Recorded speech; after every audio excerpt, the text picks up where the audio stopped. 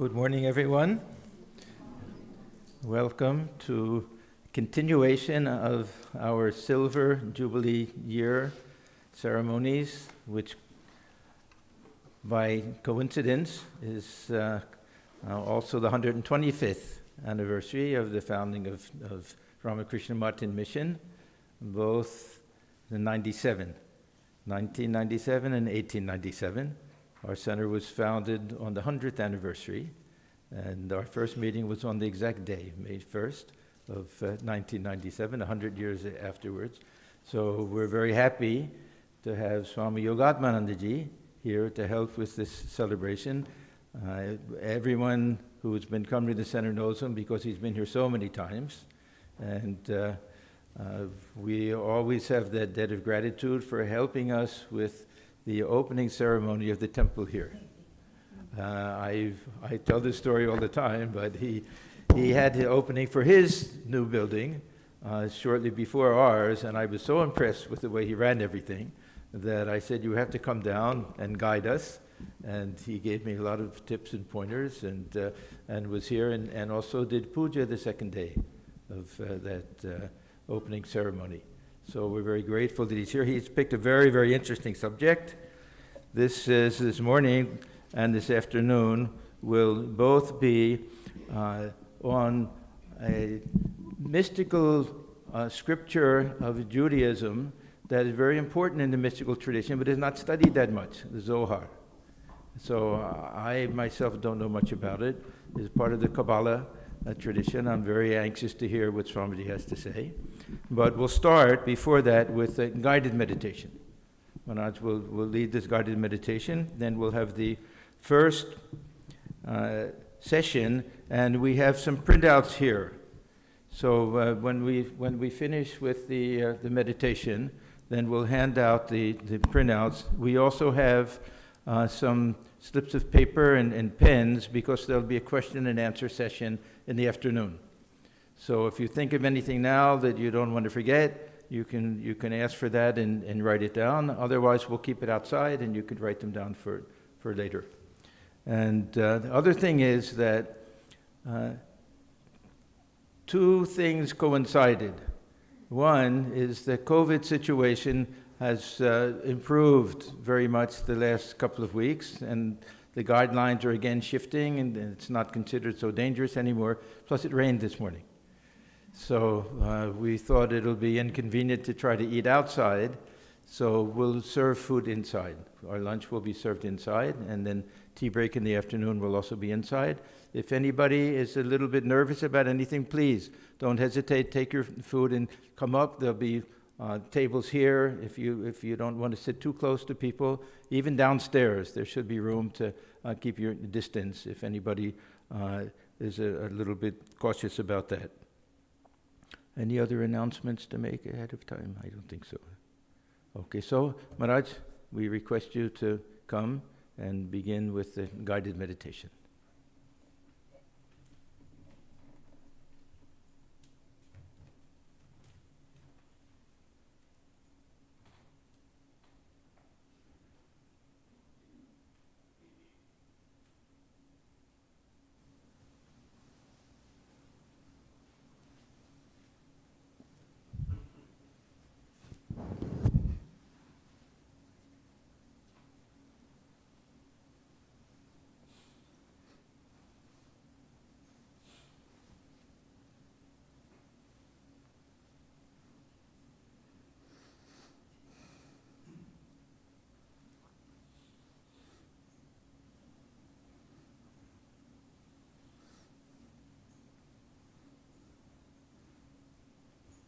Many thanks, dear Atmagyanananda ji, Bhaswatanand ji, Kumar Maharaj, and Brahmarupanand ji. I'm not seeing him here though. He watches from the office. Office, right. Okay, yeah. So it is always a great privilege to be here in this very, very beautiful center, and I was talking to Kumar Maharaj and Bhaswatanand ji when we were coming here from the airport, that look, in just 25 years, what great wonder. You all devotees under the leadership of Atmajnananji, Swahananji, Sarvadevananji have, accomplished here. It has become such a great source of inspiration, guidance on our spiritual path. So naturally, I too love to come here and partake whatever I can get. And though it is a guided meditation was up to 11:30, but it is going to be longer, and it will very nicely dovetail into the topic of discussion, that Zohar. So do not get concerned that, it is already 11:30. With meditation, guided or unguided, the time with many goes very slow. So therefore, don't get restless that it is already 11:30. Continue meditating. Let us continue meditating. And the first part in meditation, as described in the end of the 5th chapter of Bhagavad Gita. 6th chapter is about the details of meditation, but the preparatory step is told towards the end of the 5th chapter.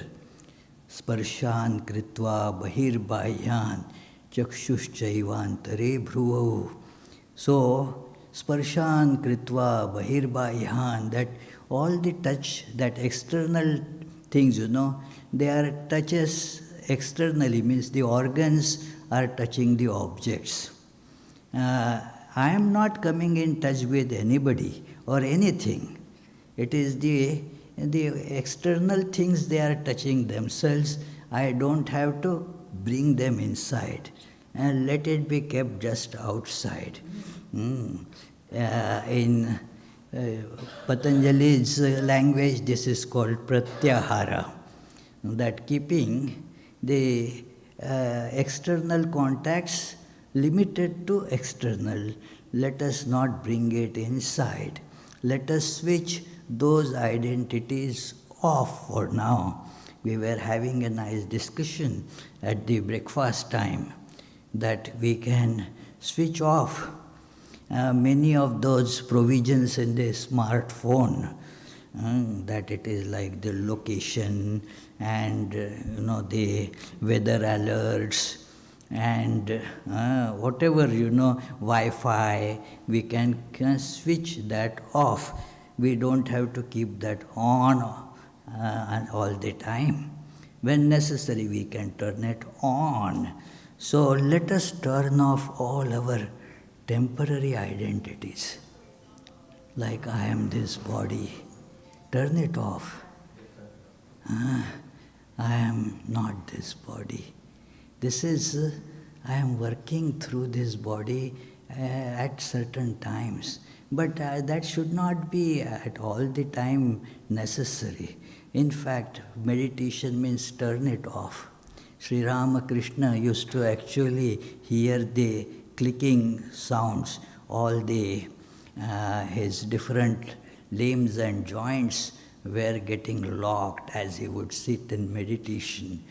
So let us turn all that identities off. I am this body, I am man or woman, these are my relations, this is my work, this is the thing that I like, this is the thing I dislike, all those things. Not necessary. Let us close our eyes to help us in this exercise so that the visual inputs will not come in. And let us just listen to these instructions of guided meditation, the guidance, let us receive it. It is nothing new. You all have these things, but let us remember these things, that let us feel when we get disconnected from the temporal identities, locational identities, all the impermanent identities, our true, permanent, divine, all-pervading, blissful identity, as it were, shines forth.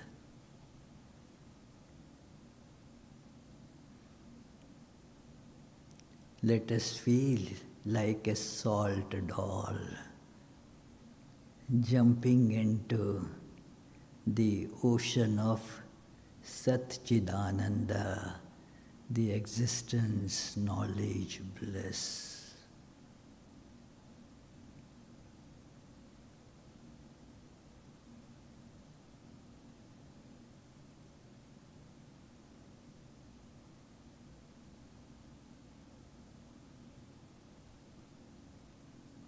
The ego is dissolved.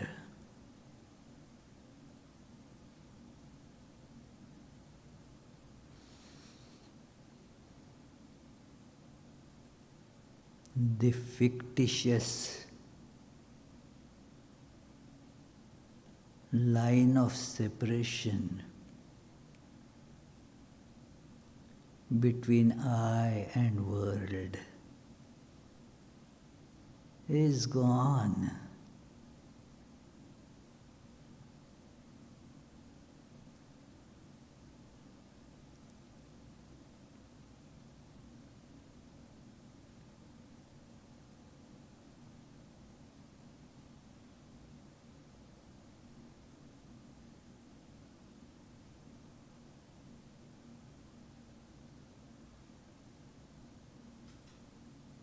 All multiplicity has vanished from my awareness.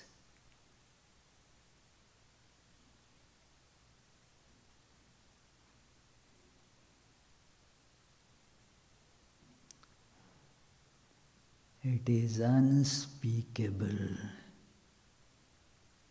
one without second.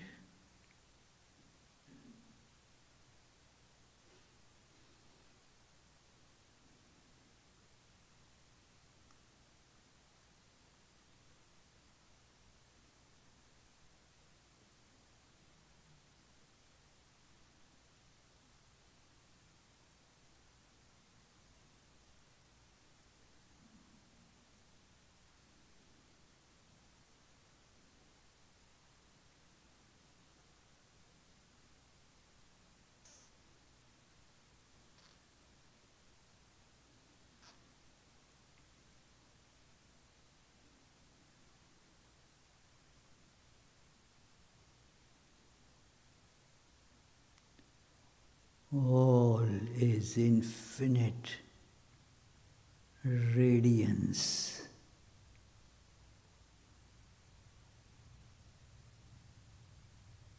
Tremendously intense, yet exceedingly soothing.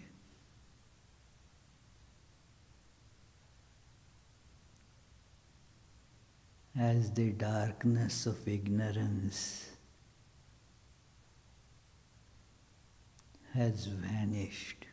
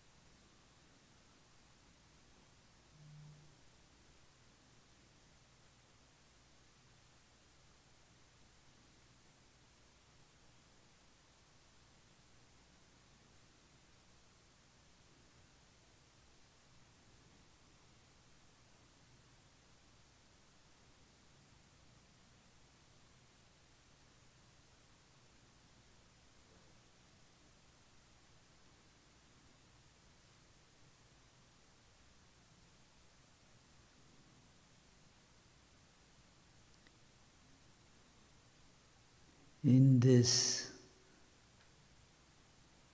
ocean of luminosity,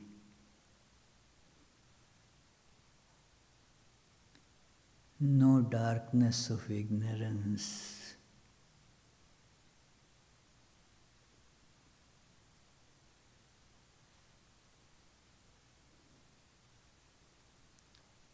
So all the desires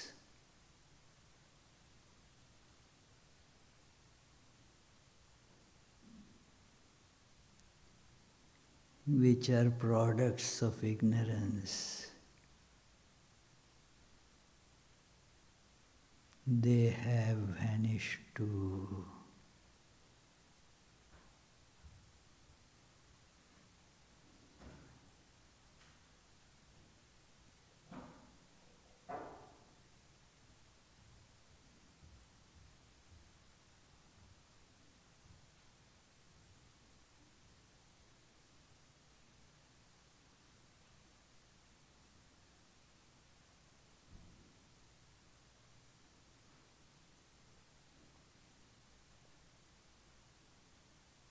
The desires, the source of all sufferings,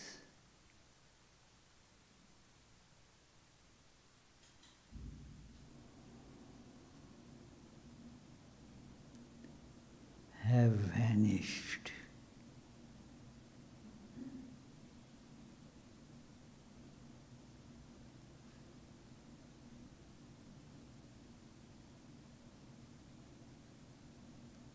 It is all bliss.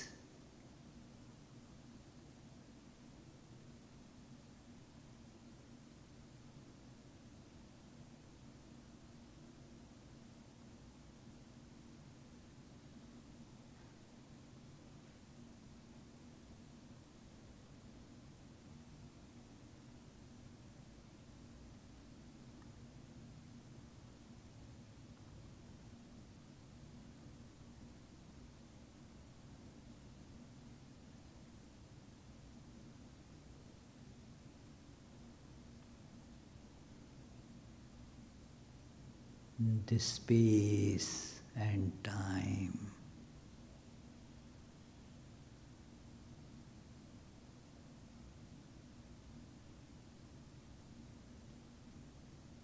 the byproducts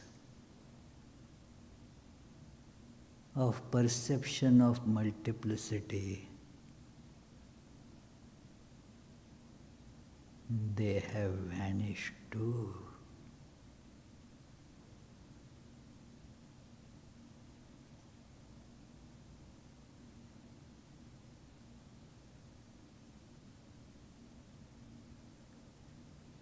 It is stillness, absolute.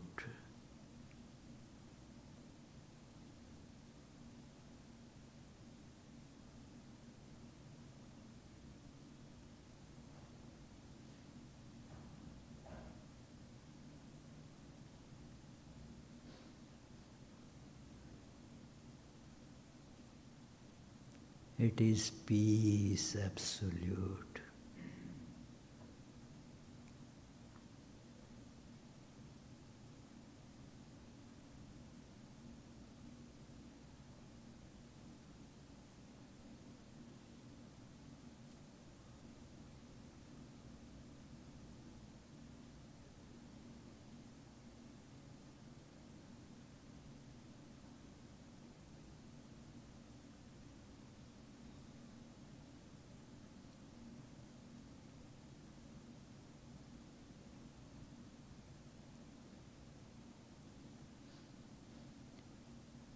This state of awareness, being the abode of ultimate bliss,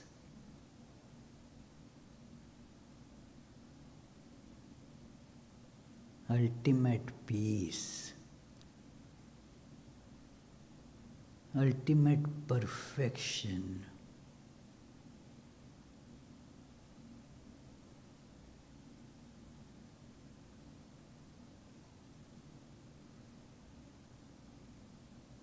This is the truth.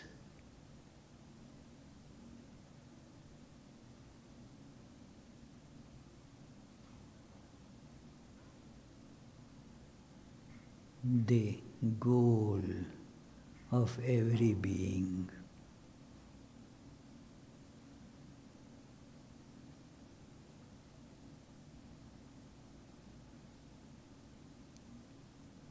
To hold on to this.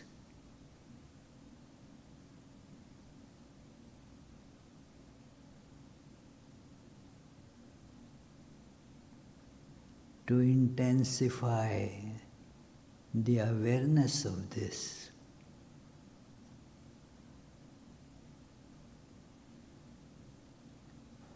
Let us assign a sound symbol to it.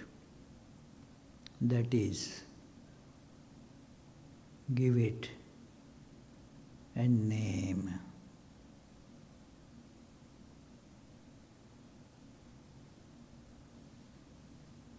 And the best name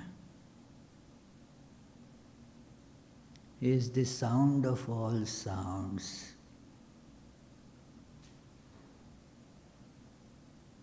The Om.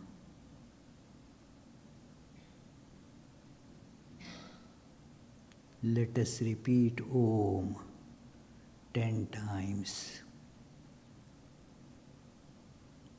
While repeating, let us feel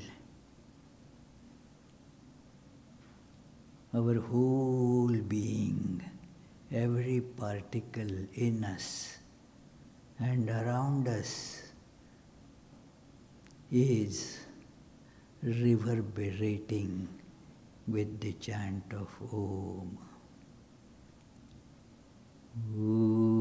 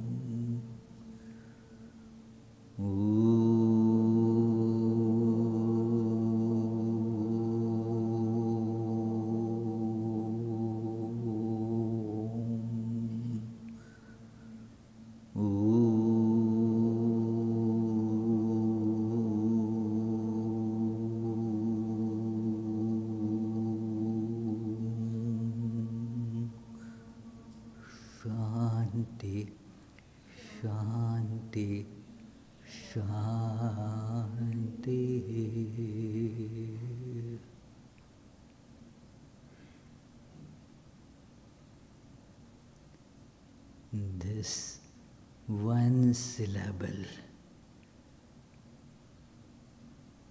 while remaining one, gets manifested as infinitely many sounds. Through that, infinitely many words and names. And through that, infinitely many things, the whole universe, variegated with infinitely many continuously shifting and changing shapes and names.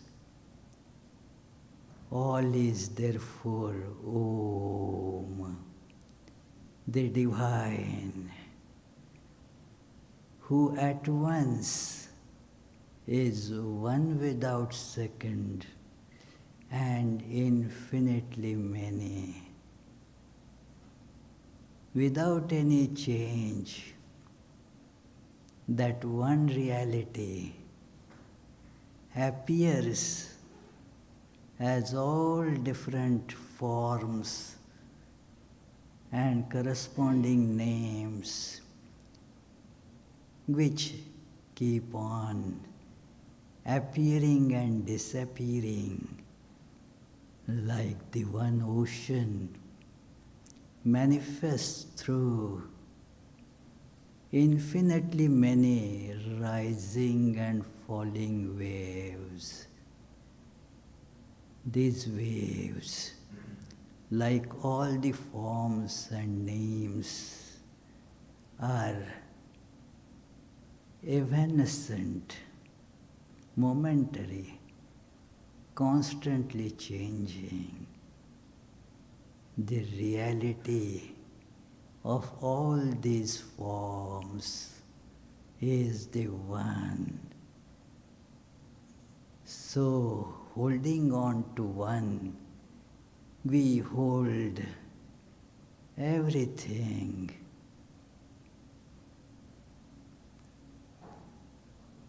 Let us open our eyes and see the same one without second, manifesting in all different forms. These forms come and go. The one remains, is the essence of all the forms. So, this is how a spiritual aspirant conducts the life in the world, dealing with multiplicity, but remembering that this multiplicity is not permanent. It comes and goes like the waves. And when we remember that it is impermanent, when we know it is impermanent, we never get attached to those things. It is only in ignorance we think them to be permanent and thus get caught in it. Like I came in the flight and then I was sitting on a seat and I was thinking it is my seat, but was sure that it is impermanent. I knew that it is impermanent for just 1 hour and a few minutes, and so I didn't get attached to it. Nobody gets attached to it because we are clear about it that it is impermanent. Why do we get attached in this world? Because although we know here that it is impermanent, here we still feel that it is permanent. Had we felt that to be impermanent here also, we wouldn't have got attached in it, caught in it. So, this is the essence of spiritual practice, the yoga. So, and this is the essence also of the topic that we shall be discussing today, the Zohar, and I will now turn towards that. I will shift my position from here to there. But the truth never shifts. That which is permanent never moves. The forms, they move. Let us remember this.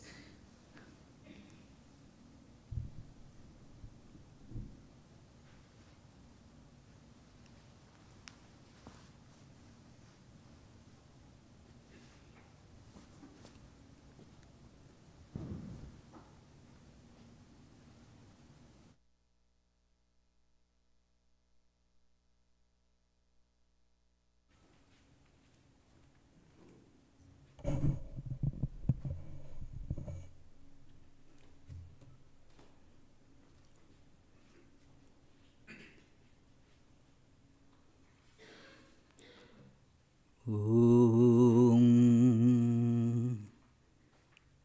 Purnamada Purnamidam Purnat Purnamudachyate Purnasya Purnamadaya Purnamevavashishyate. Om Shanti Shanti Shanti.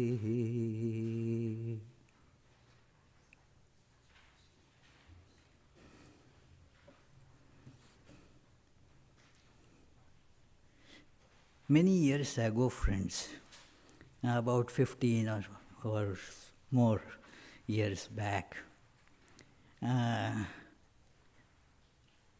I was talking to one of our Jewish members. She is about 98 years old now. So 15 years ago also she was not a very young person. So, and I asked her that, every religion has at the basis of it, at the foundation of it, the experience of the truth, ultimate truth, from which that religion emanates, as it were. It comes out from that experience. As those of you who have studied the preface and the introduction of Swamiji's book Raj Yoga, he mentions there that if you see at the back of every religion, it is, the source of it is this experience of the transcendent and transcendentally immanent reality. That is the source. And so, I was sure that there must be some source of Judaism like this also, although I was not aware of it. While in India, in Belur Math, I did study the mystic books of this Christianity, like the Spiritual Canticle of Soul, and also the other books of that, Meister Eckhart's book. So I was aware to some extent, that there is a mystic trait to Christianity. I was also aware of the Sufi mystic literature of Islam. But there was nothing much talk about the Jewish mysticism. And when I spoke to this lady, she said she doesn't know much about it. It is, when I go to our synagogues or temples, I don't hear rabbis speaking about this. I don't know if there is something, but I will look into it and let you know about it. And after some days, she brought me a book, a different, explanation of the well-known Song of Songs. Song of Songs is for the students of Bible, either Hebrew Bible or Christian Bible, both respect this Song of Songs, but it is not understood as that book explained. That was the book by the same author, Daniel Matt. So Daniel C. Matt. And I was amazed to see that. And later on, I mentioned that book and that particular way of explanation of this Song of Songs in one of my talks. And then many Christian as well as Jewish members in our congregation said, "Where did you get this translation?" And we know Song of Songs, but had not heard this kind of interpretation. Then I said, well, this is a Kabbalistic interpretation of that song.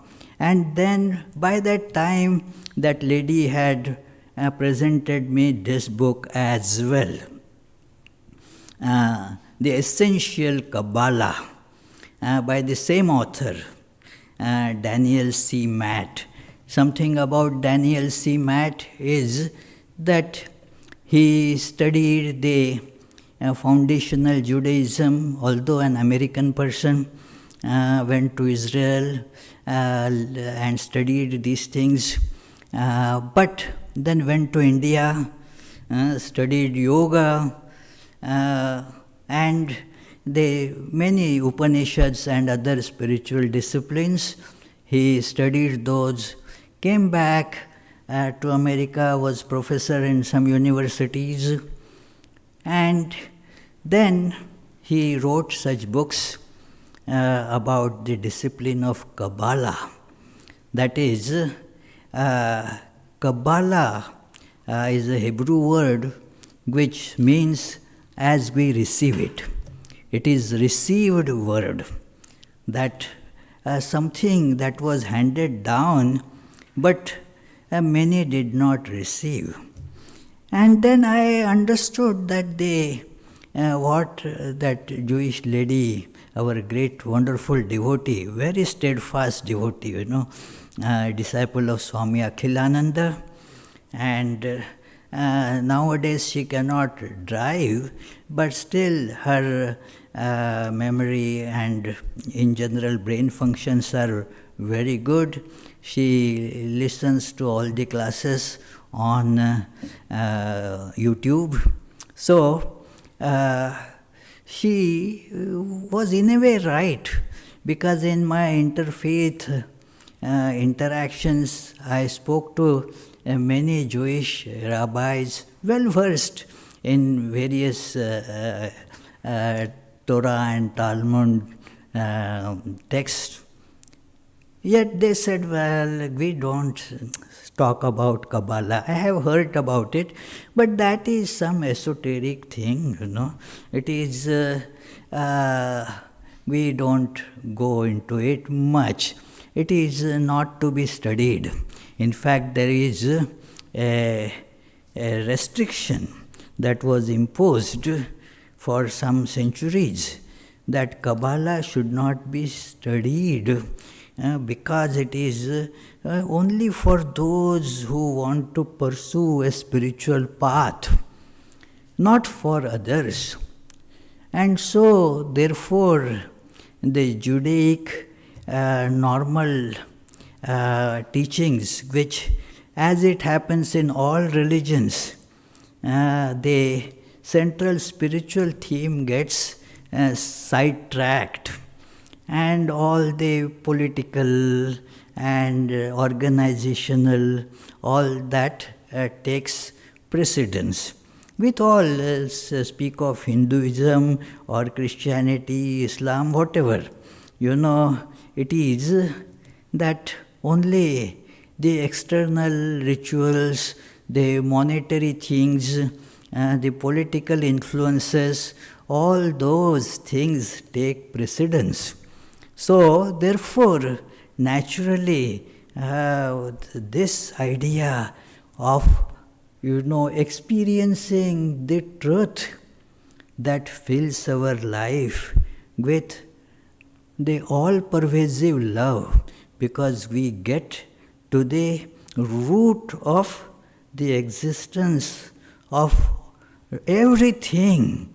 Everything is that divine one, without any distinction of particular religion, a particular race, particular location of the person, whether there is no gender difference, no racial difference, no nationalistic difference, that one appears in all.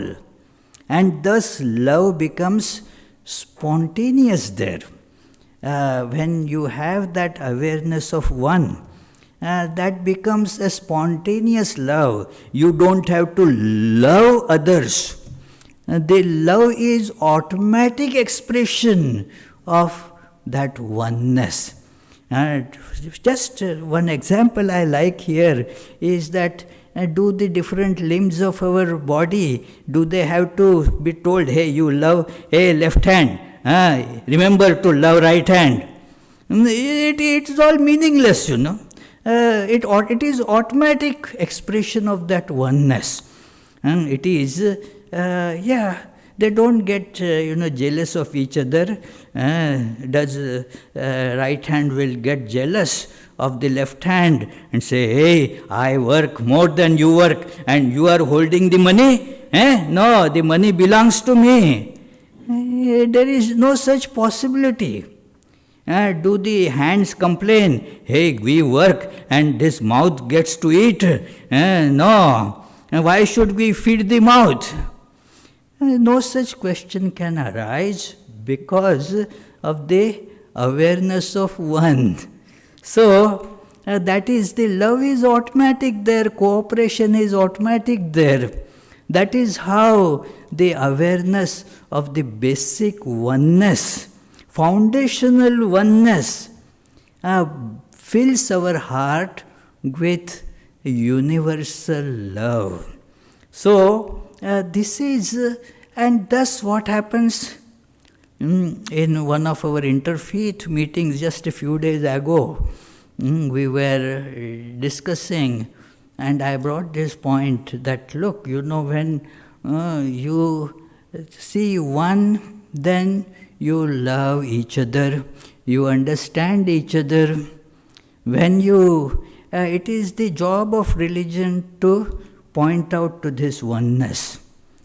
It is the job of politics, because politics thrives on distinctions, manyness, as the term goes, that phrase goes, divide and rule. So if you want to rule, then you have to emphasize the divisions and separations. So that is how this great book came to my notice, and I was tremendously fascinated by that. Although I confess that I do not have any knowledge of the Hebrew language, but then there are certain things that transcend the limitations of language. So it is, I tried as much as I could with these English translations, and the translator has, this Daniel C. Matt, he has reminded again and again, and that reminds me of the various ways that the Upanishadic sayings can be understood and interpreted. That these texts of Torah, the biblical text, the first 5 books of the Hebrew Bible, that is called Torah. So it is that they are mystical in nature. What does it mean? They have to be understood as an attempt to put in words that which cannot actually be put in words. That which is beyond words, the sages have tried to put that in words. So that is this Kabbalah also is that. Kabbalah is just the receiving, and then the receiving is has the multiplicity because receivers are many. They are telling the same one truth, but as per the capability, the status, the spiritual stage of evolution, everyone receives it differently. So that is how these texts, they have different meanings, and they are not contradictory. It is not this or this and this. Those who are the followers of Sri Ramakrishna, they can easily relate to this. That same truth is in different languages spoken differently, understood differently according to the different stages. So whether it is the non-dual or qualified non-dual or dual, there is no really fight between all these. It is the one awareness. But then everybody receives things differently, and nothing wrong in that. It is like the same medication when it is to be given to an infant. Then you have to make, syrup of that medication because that infant will not be able to swallow a big pill. So it is given as syrup. For a grown-up person, that very medication is given in the form of a pill that can be swallowed. So it is no point in saying, hey, you 2-month-old, swallow this pill. The fellow will choke there. So it is not possible to do that. So that is important thing to know, that just as there are the infants and grown-ups, there is the spiritual age also. At different spiritual age, different things, different ways of administering the truth, they become important. So, therefore this Kabbalah, and then this is the greatest, most respected text of Kabbalah by Daniel C. That it is translation by that. The author, but the author does not claim authorship. In fact, he says, no, the author's name is Moses de Leon, of a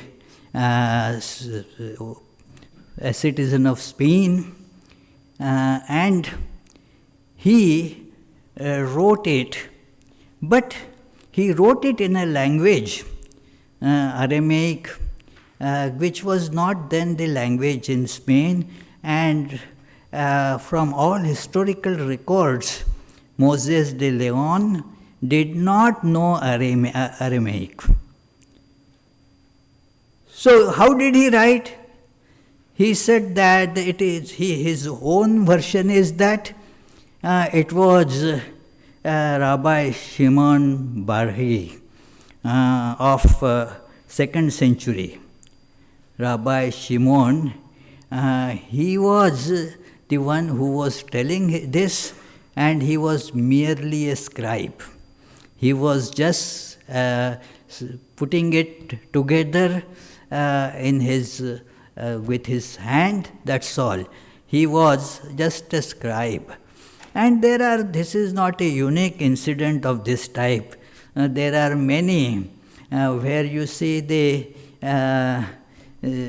one who is writing is not really the composer, is just writing. in the Ramaraksha hymn that many recite, that I love that hymn about Rama, that bringing up the protective spirit of Rama to us. So Rama Raksha Stotram. Its writer as such is the sage Buddha Kaushika. Buddha Kaushika is given the authorship of this. But what Buddha Kaushika himself says, that Adishtavan yatha swapne Rama Raksham imam haraha tatha likhitavan praptah prabuddhau Buddha Kaushikah. Means Lord Shiva, he dictated it in the dream.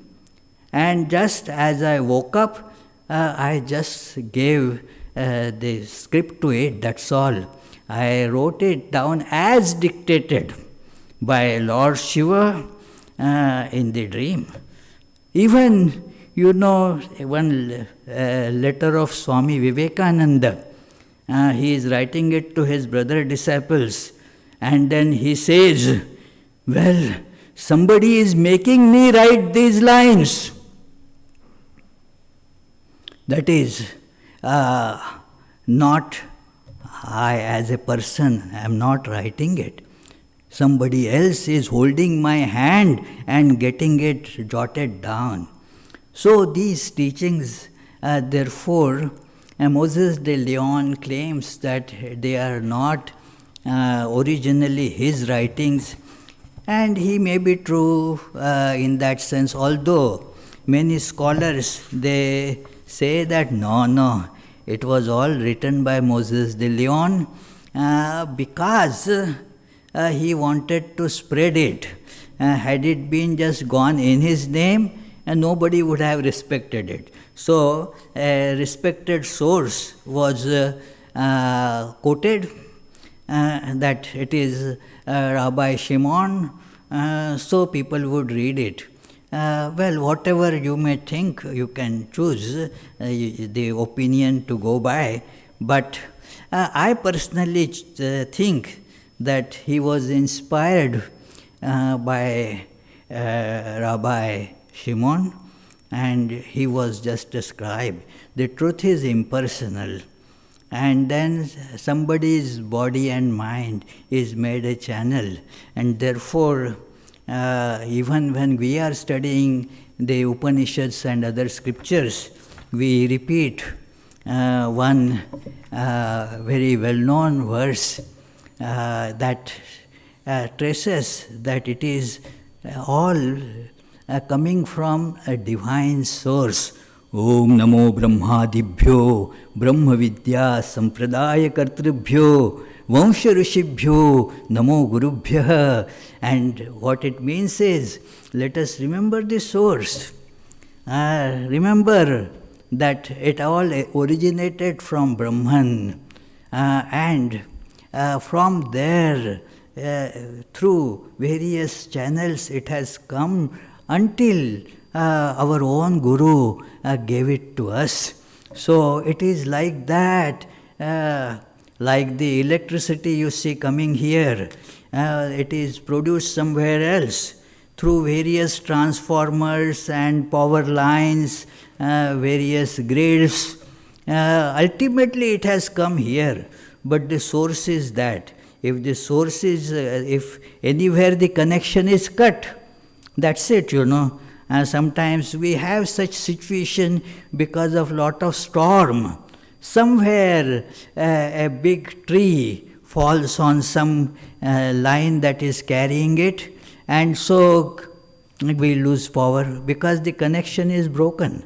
So this kind of connection to God is to be held on to so that we get that knowledge through this connection, just as we get this electricity from the source. So all the knowledge is source to God. In fact, Patanjali describes God like that.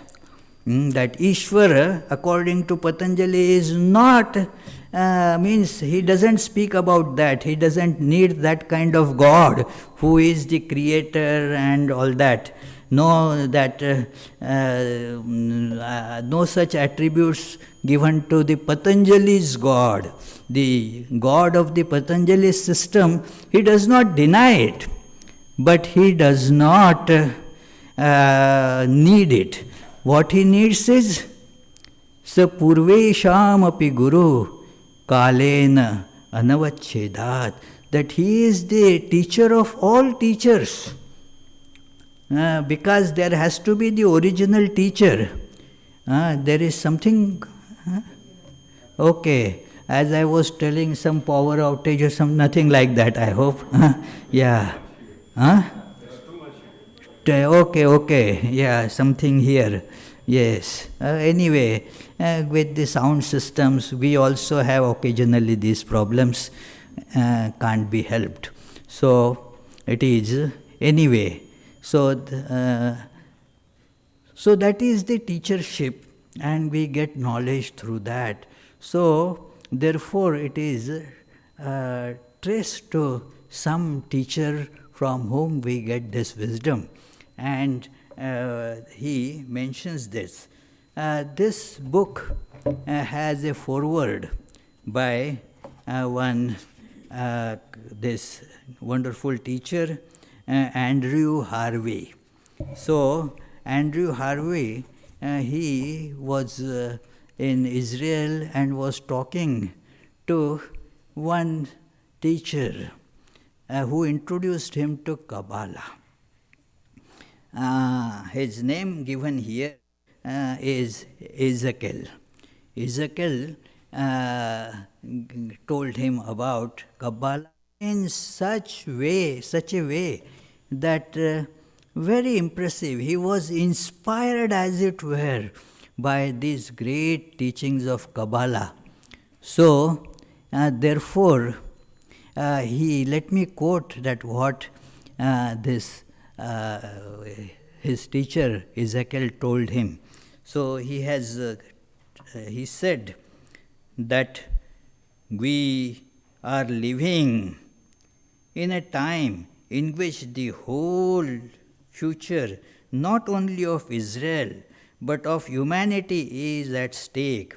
This is why the wisdom of Kabbalah that was kept hidden for so long in a closely guarded and protected oral tradition handed down from master to disciple from the time of Moses is now being written down and given out to everyone. Since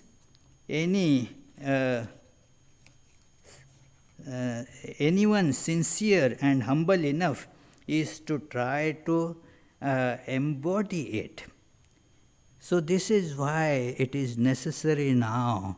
This is as we in our own tradition see that is the concept of the avatar of the age.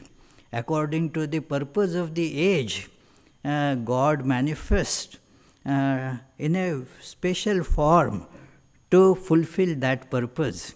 So here also he is telling us that is the purpose, that we now have to bring out these secrets of this Kabbalistic wisdom. Let me continue the quote. Just as the Tibetan mystics kept their wisdom to themselves for almost 2000 years and are now opening its treasures to the world, so we Kabbalists understand that the time has come to share what we know. In the pain and struggle of our time, a planetary spiritual civilization is struggling to be born. That a planetary global spiritual tradition, the truths that are not thus confined to a particular group of, say, spiritual seekers of some esoteric form, those only who are living in caves and forests, not to them only, but to everyone.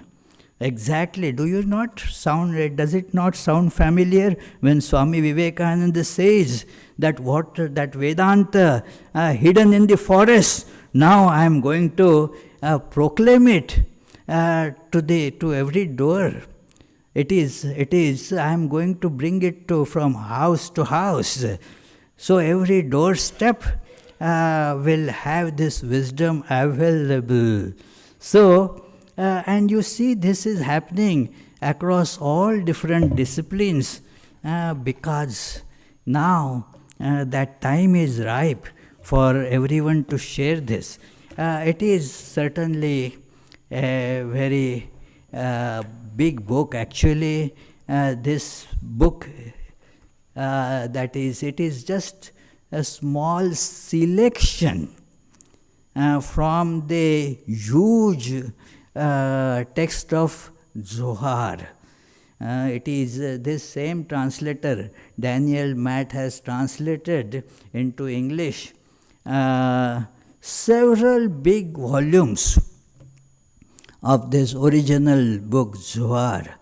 But this small translation also is not as small that we can read through in this 2 sessions of the retreat, but it is just an introduction. And I urge you all to get this outline and study this book. My experience was that I didn't see it different at all than reading an Upanishad.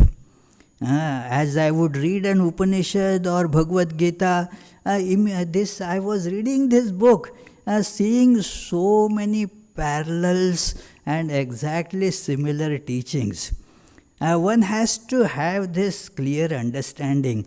We somehow get caught into that kind of only this particular doctrine has truths and no other. And sometimes even the followers of Sri Ramakrishna are also likely to fall into this frog in the well attitude, that this is all true and nothing else is as good.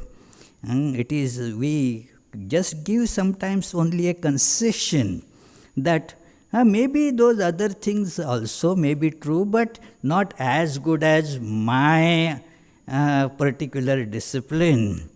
Let us remember what Swamiji says. We don't merely tolerate, but we accept. That idea of acceptance is really following Sri Ramakrishna. Swami Vivekananda gave us how to follow Sri Ramakrishna.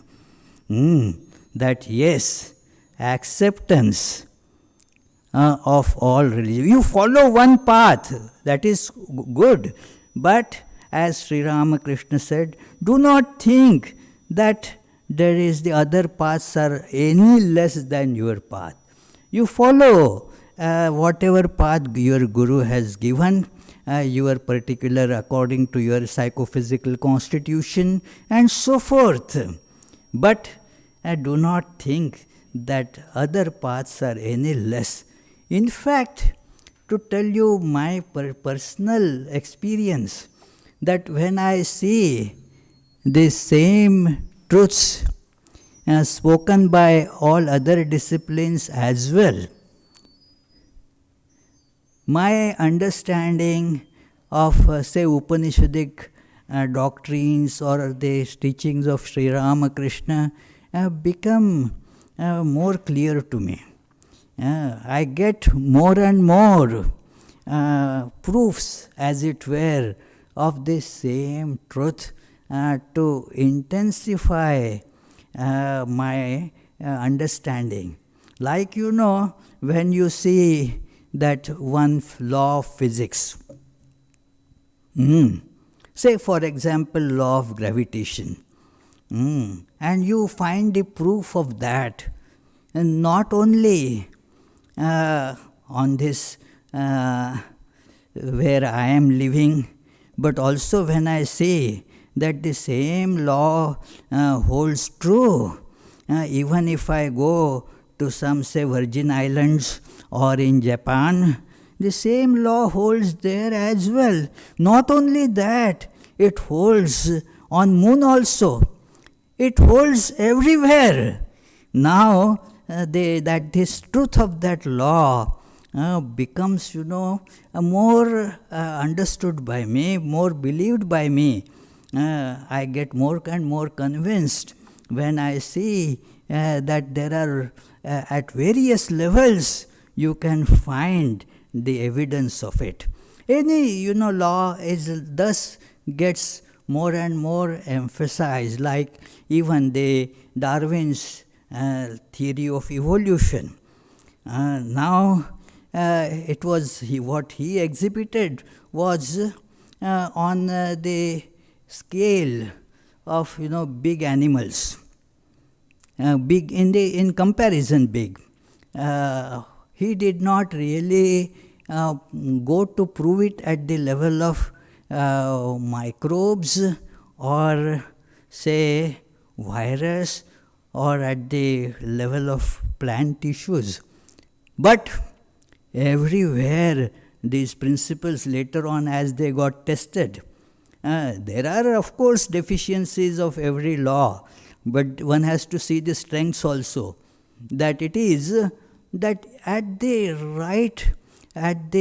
level of even virus, to the level of the huge animals, right from the animal kingdom to the plant kingdom, everywhere Darwin's principles seem to have sway.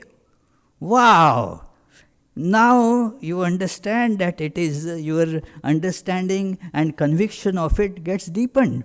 So also you see what was spoken by the great sages of the Upanishadic era.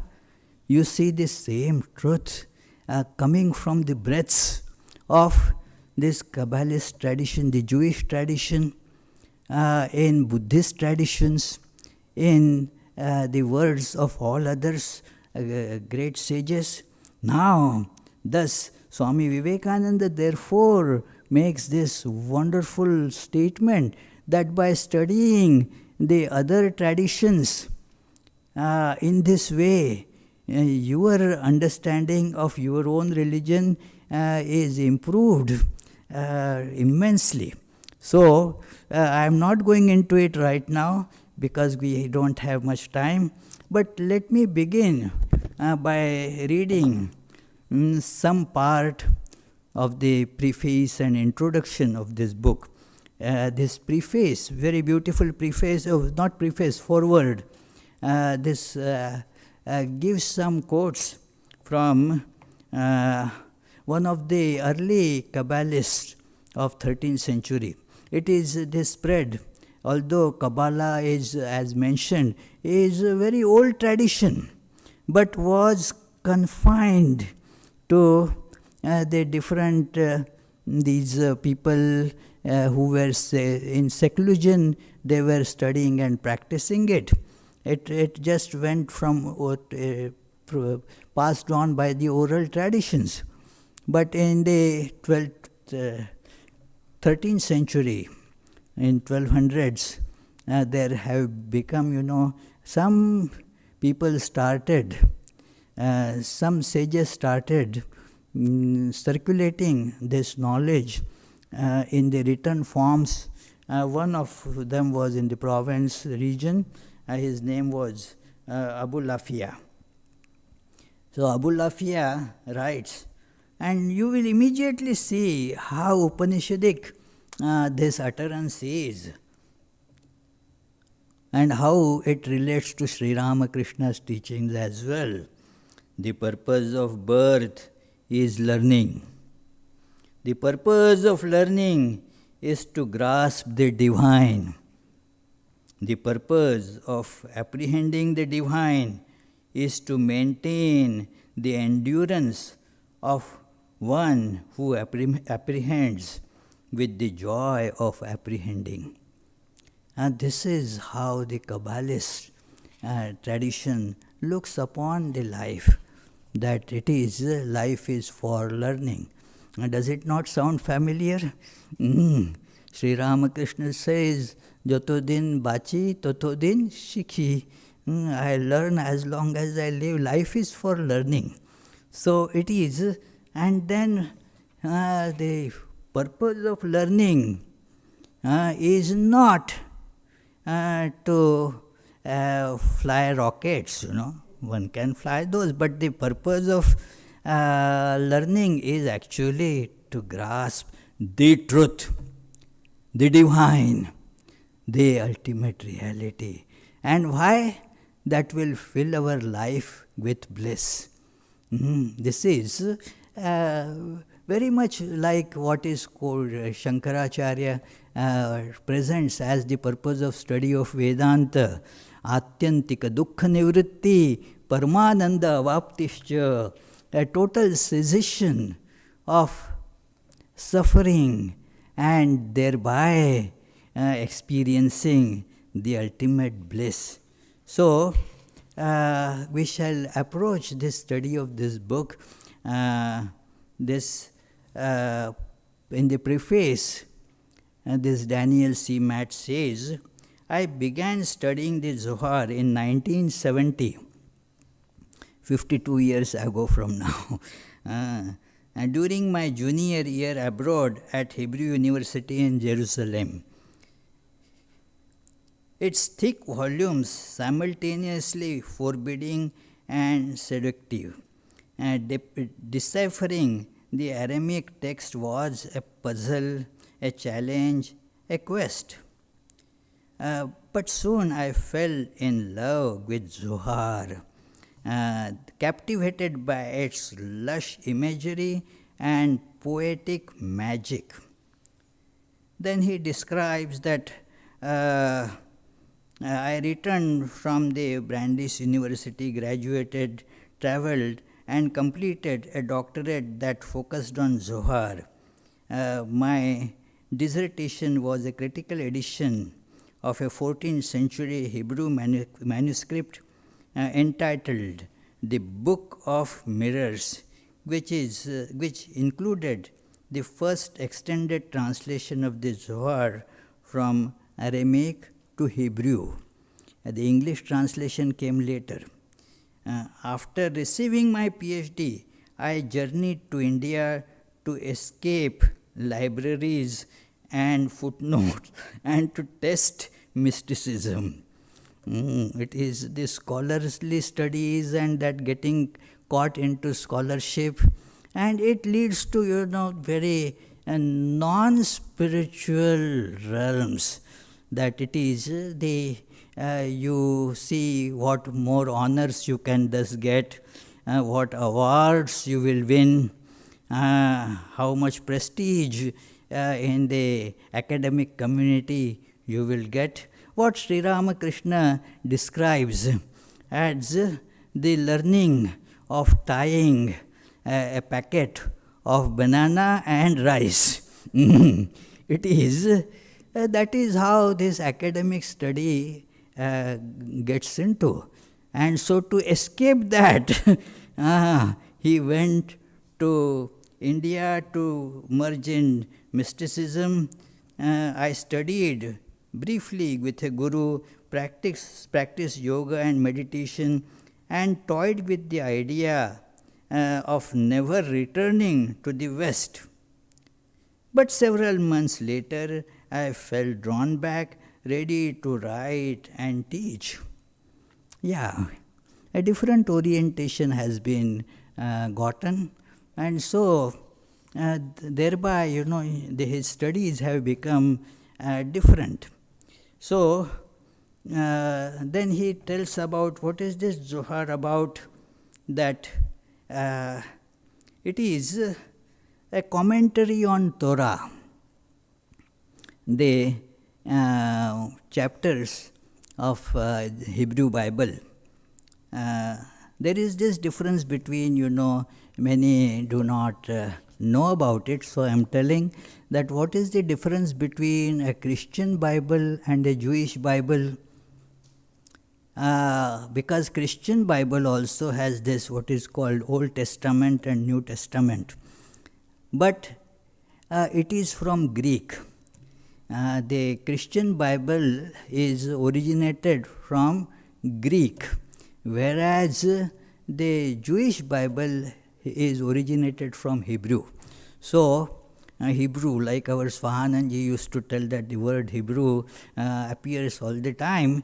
So, one lady tells his wife, her husband that, hey, you must be making coffee. Said, well, I can make, of course, but then why don't you make? She said, I can also make, but we are religious people, we should do things according to religion. But what has religion got to do with it? Is making coffee? No, have you not seen your Bible? It speaks of Hebrews. There is no Hebrew there, only Hebrews. So he has to brew, you see. So it is. The Hebrew Bible is that Hebrew language, and which is very important to have that oral tradition going on, because in the written script what happens is it doesn't have, like Arabic also, it doesn't have the vowels. So you have to therefore think what vowel it would be there within that certain alphabets. If you know the word, you know how to pronounce it. But if you are reading, that is why when I came from India, many pointed out that, hey, your pronunciation of this word is not right. And I agreed. And one gentleman told the reason that, you were not having this learning of English language through listening and speaking. You read it in books. So reading in the books, your pronunciation becomes different, especially in the English language. It is B-U-T, U is pronounced in one way, and P-U-T, the U is pronounced in another way. So unless you, of course, these are simple words that you come across, but this is a problem. And when the truths are to be transmitted orally, then you hear. Therefore, in scriptures, in Upanishadic texts also, it is called Shruti. You have to hear it from the teacher. So, to get the right meaning, right pronunciation. So, the later Kabbalists, when they started writing, they therefore tried to bring out what the oral tradition actually contained. So, this Zohar's approach to the Torah is original.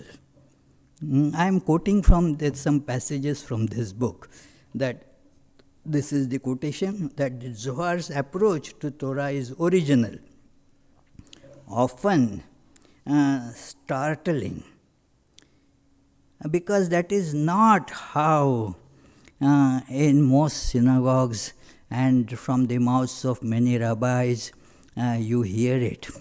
It is heard very differently. I was also myself stunned, and when I told to some rabbis that I know, this is interpreted in this way.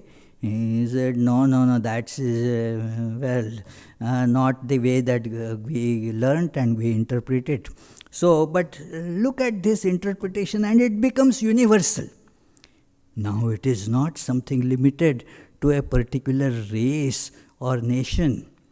It becomes, the wealth of every human being. That is the originality. Everyone assumes that the opening chapter of Genesis describes the creation of the world. But for the Zohar, it alludes to a more primal beginning, the emanation of what is called Sephirot. That picture that you have got, that is Sephirot. We will come to that later, the description of it. But that is how one appears as many. We will come to that later, but let me read that the emergence from the infinite, known as Ein Sof, which means endless. There is no end to it. So, the first line of this Bible is, that in the beginning, again I am quoting from this book, what are the very first words of the Bible? Everyone knows that in the beginning God created. That is commonly understood. In the beginning God created. But Kabbalists do not give this understanding. They understand it very differently. But for the Zohar, which insists on interpreting the original Hebrew words in their precise order, the verse means something radically different, and where it becomes, very much like the Upanishadic or the Vedic way of creation. It will, those who have studied that will see that this is very much like what is called Nasadiya Suktam, that the emanation of this world, that it says, therefore, how this is written by the Kabbalists, the verse means something radically different. It means with the beginning, Ein Sof created God. The God got created, not the God created, but the God got created from the infinite, the Ein Sof, the beginningless. God is a beginning and not the beginningless. This is a very beautiful idea, and I can relate it to my childhood. I am sure many of you as children might have been troubled by this question, that how God came into being. In my childhood, I used to get this question. God created everything, okay, if I accept this, then I get this question, who created God? Isn't it a sensible question? But where is the answer? It is. So slowly finding no answer, the question kind of, gets thrown on the back burner, and even then taken out from back burner also. So it is, but who created God? So, in the beginning, this word in the beginning is a very, very important poetic word which has a lot of meaning. In the beginning. It is, as we read, if you read the Nasadiya Sukta, then you can relate to the meaning of this. In the Nasadiya Sukta, it says,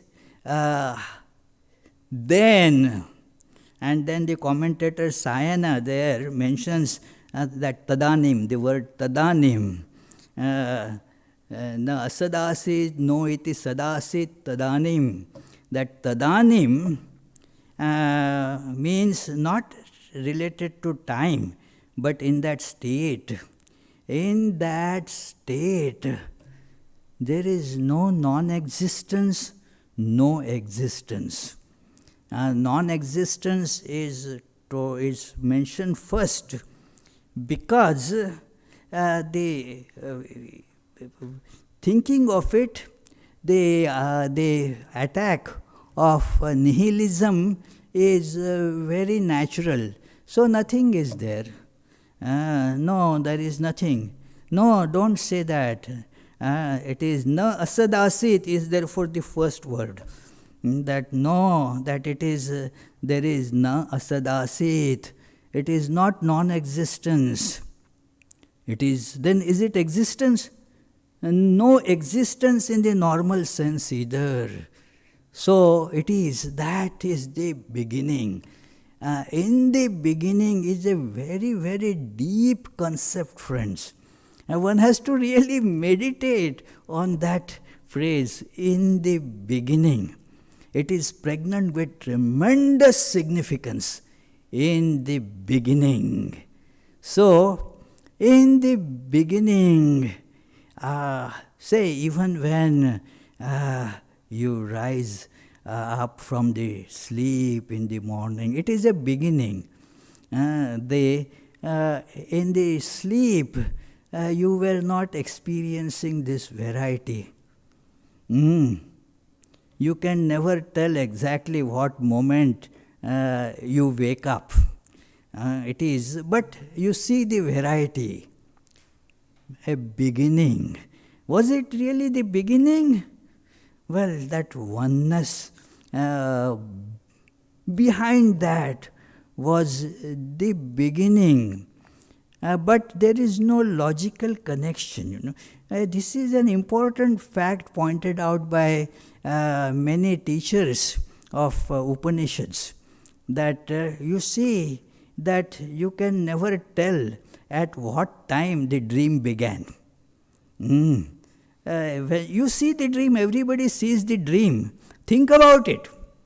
This is an everyday occurrence. What, Karthik? Can you tell exactly what point the dream began? You cannot tell. It is impossible to tell when the dream begins. Now they put electrodes and then assign, certain frequencies in your brain, these alpha waves and delta waves, and this is not the time to discuss that. Very interesting topic, no doubt. Then certain pattern of waves is associated with the dream state. So, but subjectively, the dreamer never knows when the dream began and when it exactly ended in the dream time. And maybe when he wakes up and looks at the clock, may know. But as a dreamer, do you know when the dream ended? No. When it began, we don't know. When it ended, we don't know. So, this universe, when it began, we don't know. When it ends, we don't know. It is all that in the beginning, that phrase is just to convey this idea of the beginningless nature of the reality.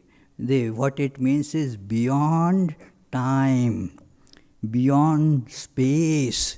In fact, what Einstein would call a space-time continuum. That it is space-time together as it were.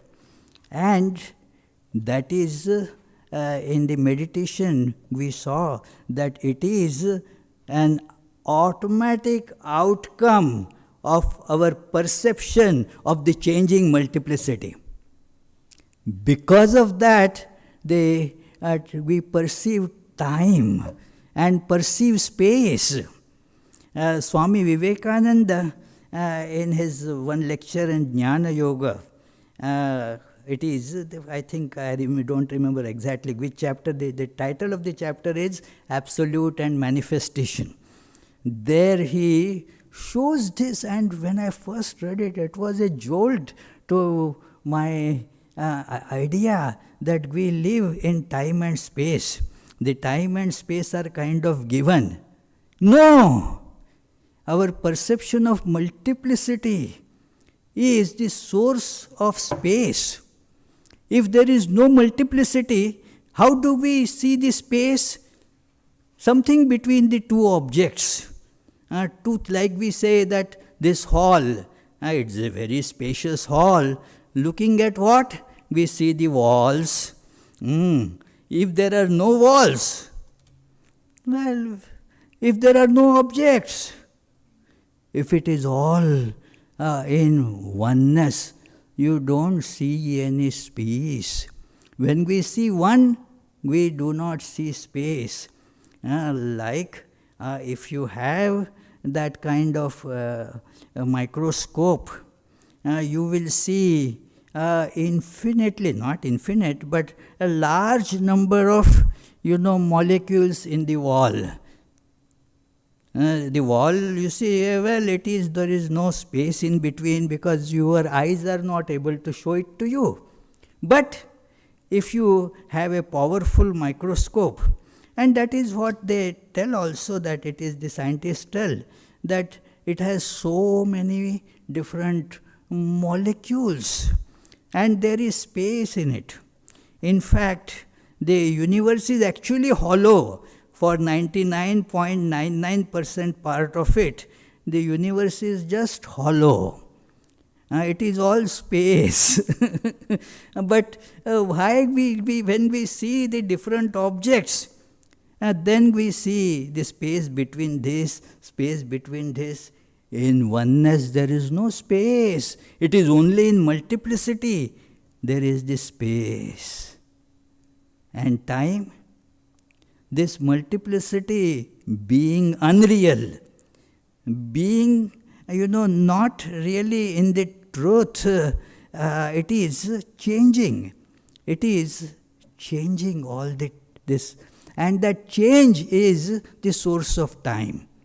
Without change, there is no conception of time. Change is the source of time. So multiplicity and changing multiplicity is the source of space and time. So in the beginning, there is no change, no multiplicity. There is just one without second. But then it is that multiplicity was there in potency in that one. It is not that it has a separate existence apart from one. That one manifest as this multiplicity. This is a great understanding that we see common in Bhagavad Gita, Upanishads, Sri Ramakrishna's teachings, and Kabbalah. So, the immediate reality of God is not foreign to us. It was once our original nature. Once means because the time principle, this awareness of multiplicity makes us lose it. In the Garden of Eden, human beings were wedded to God. That human beings and God, they were all together. It is till what happened? The fruit of the tree of knowledge was eaten, and the original purity, means original connection with God, got lost because of the knowledge of multiplicity. Why that is called fruit of the tree of knowledge, which is forbidden, which was forbidden. Hey, you will never go to eat this fruit. What happened? There was the temptation and all that. The story is there, very illuminating story actually. But there what happens? That you thus have the knowledge of specifics, variety. You see this same idea in the Shiva Sutras, a text of Kashmiri Shaivism, rather the most prominent text of Kashmiri Shaivism. It says, Jnanam Bandha. Jnanam, it is that this second aphorism in that, Jnanam bandha. Knowledge is bondage. The simple translation will be knowledge is bondage. But knowledge should be freeing. How the knowledge becomes bondage? This is, you call it knowledge. It is the knowledge of the specifics, knowledge of the variety. It is how things are distinct from each other. So, that is the bondage.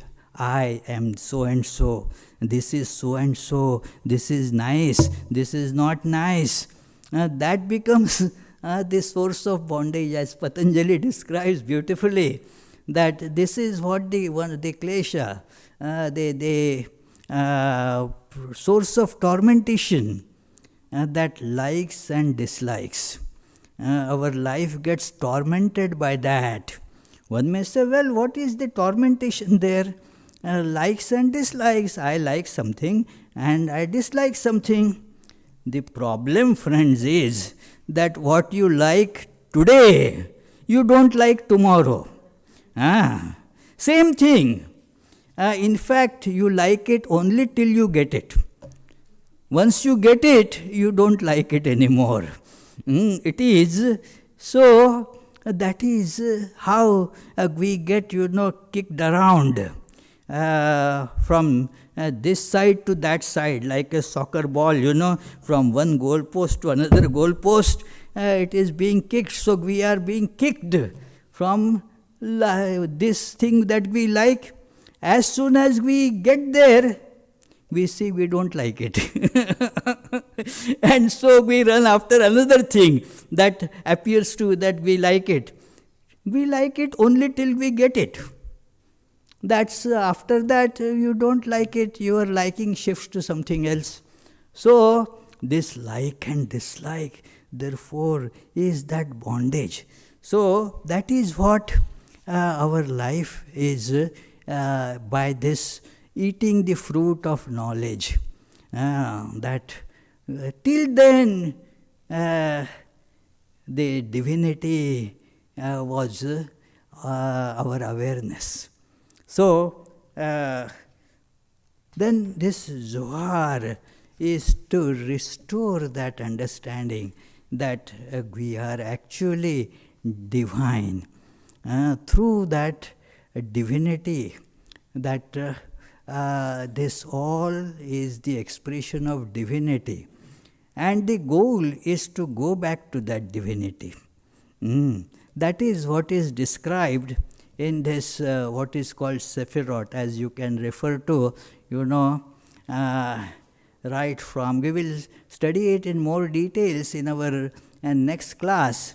But you see that Keter, the topmost, it is also called Ein Sof. Ein Sof is the original name for it, Ein Sof. And then more commonly it gets being the topmost.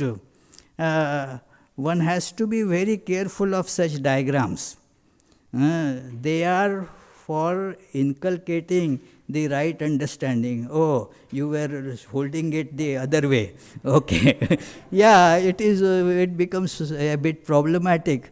It is one of our devotees, many of you might have met her. She passed away many years ago. And before passing away, Triveni? Triveni. So, she had a very advanced stage of Alzheimer's. But even in that Alzheimer's, she remembered that I must go to Vedanta Society. So somebody had to, give her ride from her assisted living, that home, and then would be coming to Vedanta Society. And then there would be that singing of Arati. She would insist that she has to have the paper, the script. If she is not given, because she was not able to read, her eyesight was not good. So, but if she is not given, she would get very unsettled and, no, I want it. Then she would hold the paper upside down or the back side. It doesn't matter, but she has to have the paper.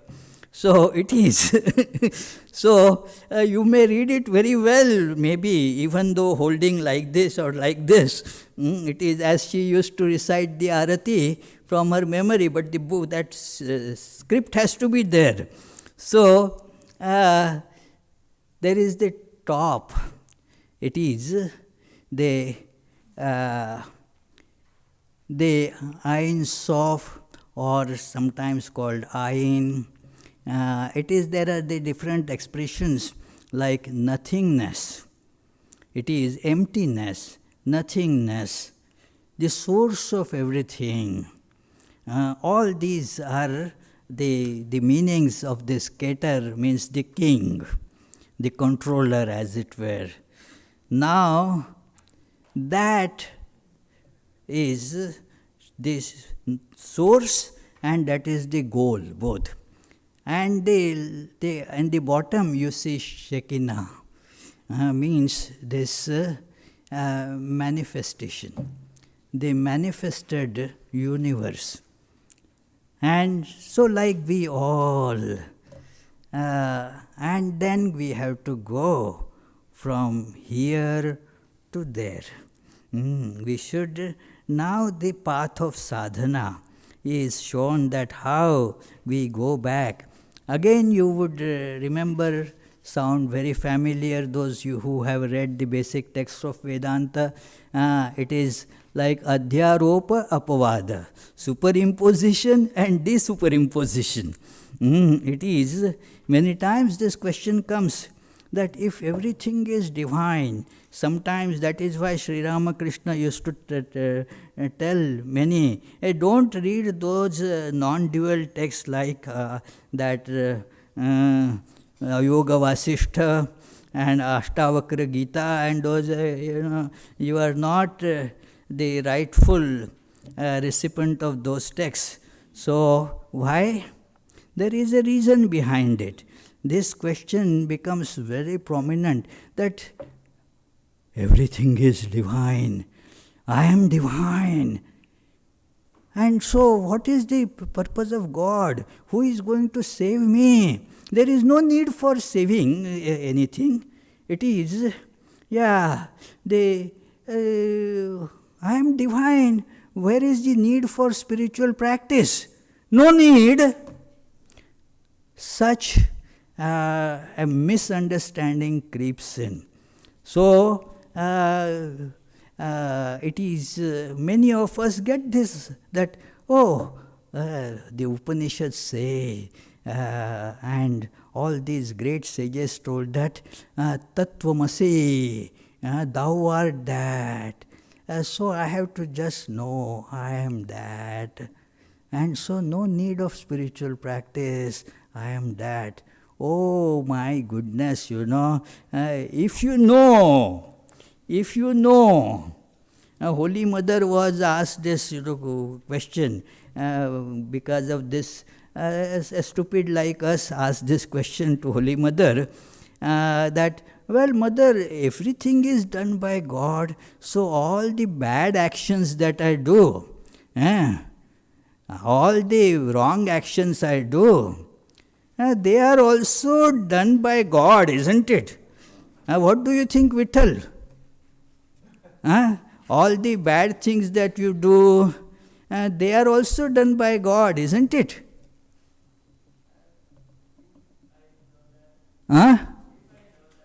If I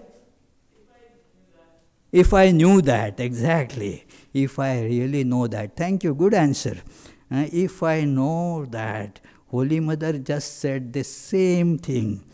Are you talking it knowingly, or just, parroting it without knowing? The parrot also can say very nicely, all is God. Parrot repeats, whatever is heard, the parrot repeats. We also repeat like that. Tattvamasi. Do you really know? We also don't know it much more than that parrot, you see. So, we have to really know this truth, realize this truth, and then we will really be able to say, Aham Brahmasmi, I am the divine. When our all mistaken identities are discarded, I am this body, throw it out. I am father of this, mother of this, child of this. No, that is only temporary identities.